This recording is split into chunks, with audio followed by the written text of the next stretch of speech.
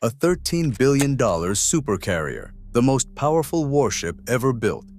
70 aircraft, 6,000 sailors, and somewhere over the horizon, 1,000 enemy drones are heading straight for it.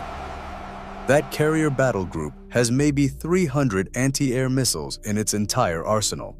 1,000 drones versus 300 bullets. You don't need a calculator to see the problem. And before you say 1,000 drones sounds impossible, let me stop you right there.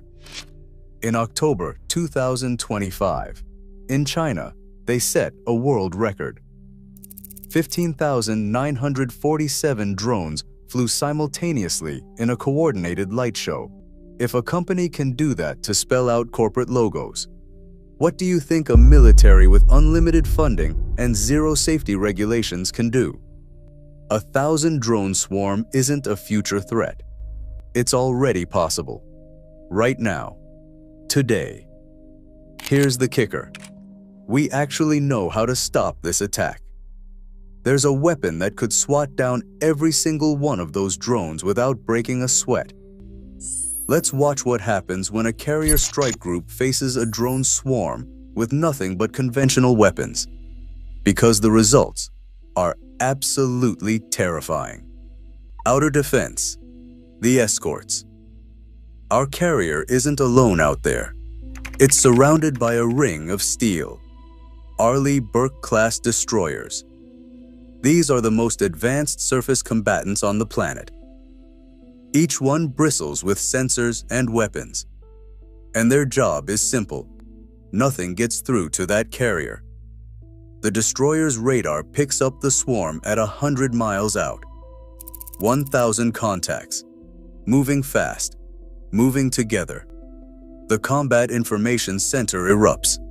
Threat boards light up like Christmas trees. These destroyers were built for this exact moment. They start engaging at maximum range.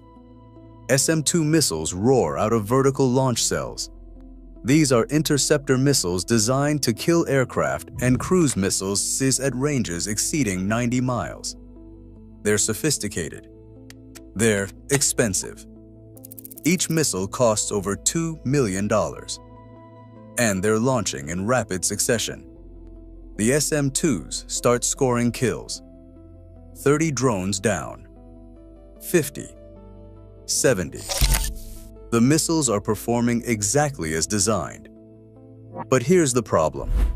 Each destroyer only carries 90 vertical launch cells. And those cells don't just hold anti-air missiles. They've got Tomahawk cruise missiles, anti-submarine rockets, anti-ship missiles. Maybe 60 cells per ship are loaded with SM-2s. Doing the math, 3 destroyers, 60 missiles each. That's 180 SM-2s total against 1,000 drone swarm.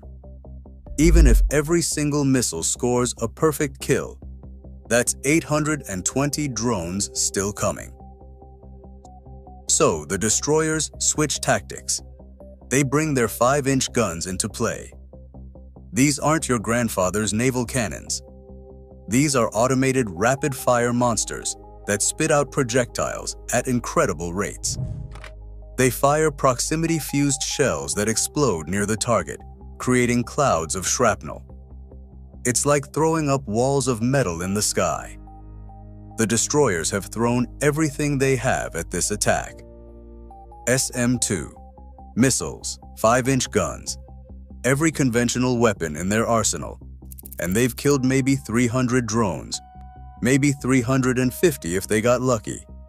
Now let's imagine 650 drones just flew past the outer defense ring, and they're accelerating toward the carrier. The swarm is now 5 miles out from the carrier, close enough that you could see them with binoculars if you were standing on the flight deck. This is the carrier's last chance to defend itself before we are in knife fighting range. The carrier does not have those big missile systems the destroyers use. It does not have 5-inch guns. The carrier was designed to use its aircraft as its primary weapon. Everything else is close in defensive systems. But those aircraft are worthless right now. There is no time to launch fighters. This is happening too fast. So the carrier fires its ESSM launchers, Evolved Sea Sparrow missiles. These are point defense interceptors designed to kill threats that got past the destroyers. Each launcher holds multiple missiles, and they ripple fire outward. White contrails streak across the sky. The ESSM missiles are incredibly agile. They can make impossibly tight turns to chase down maneuvering targets. The carrier activates its RAM launchers, rolling airframe missiles. These are fire-and-forget interceptors that lock on to the infrared signature of incoming threats. 21 missiles per launcher. They start rippling out in rapid succession. More drones die. The RAM system is incredible technology. It's killing drones with almost every shot. But it runs out. The launchers are empty. Both ESSM and RAM have fired every missile they have. Combined, they've killed maybe another 200 drones. Last stand. The Phalanx, this is it. The absolute last line of defense.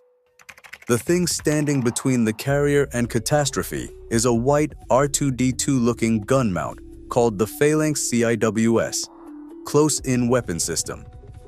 There are multiple Phalanx mounts scattered around the carrier's superstructure. Each one is a completely autonomous robot.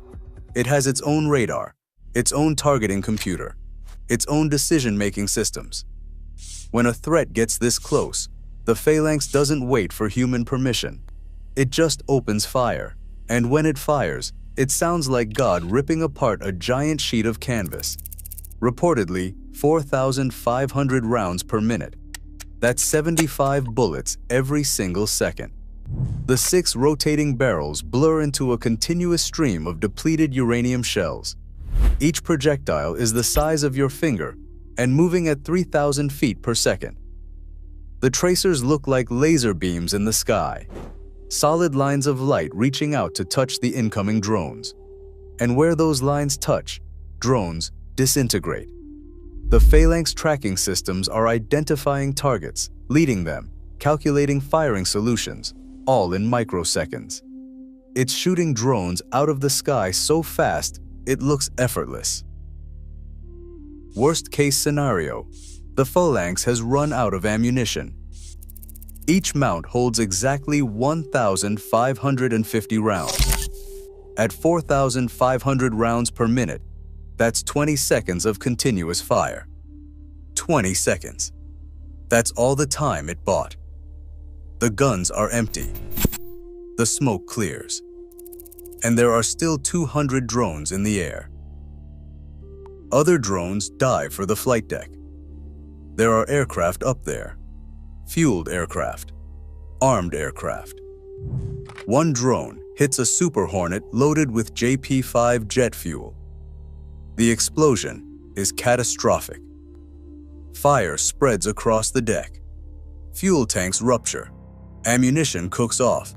Secondary explosions chain across the flight deck. The carrier isn't sinking. These small drones don't carry enough explosive to actually sink a supercarrier. But they've mission killed it. The flight deck is on fire. The radars are destroyed. It can't launch aircraft. It can't defend itself. It's effectively out of the fight.